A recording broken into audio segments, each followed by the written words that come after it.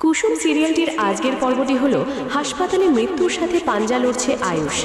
হ্যাঁ দর্শক বন্ধুরা, কুসুমের ছোট সাহেবা জীবন মৃত্যুর সন্ধিক্ষণে মেঘার ভয়ঙ্কর ষড়যন্ত্রে কি তবে শেষ হয়ে যাবে আয়ুষ্মান গাঙ্গুলি?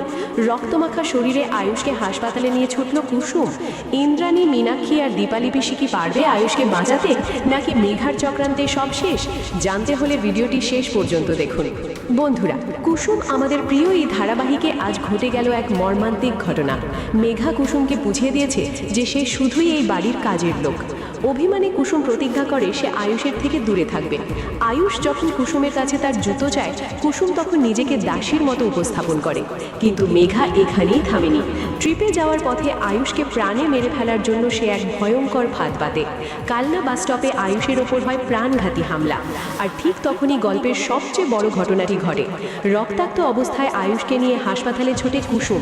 নিজের সর্বশক্তি দিয়ে সে আয়ুষকে হাসপাতালে ভর্তি করায়। এই খবর বাড়িতে পৌঁছতেই ইন্দ্রাণী দেবী, মীনাক্ষী এবং দীপালি পিসি পাগলের মতো হাসপাতালে ছুটে আসেন। আইসিইউ এর সামনে বা আয়ুষের বেডের পাশে বসে কুসুমের সেই কান্না পাথরের বুকেও ফাটল ধরাবে। সে শুধুই প্রার্থনা করছে তার ছোট সাহেব যেন ফিরে আসে। এখন প্রশ্ন হলো, কুসুমের এই চোখের জল কি আয়ুষকে ফিরিয়ে আনতে পারবে, নাকি মেঘার ষড়যন্ত্রই জিতবে?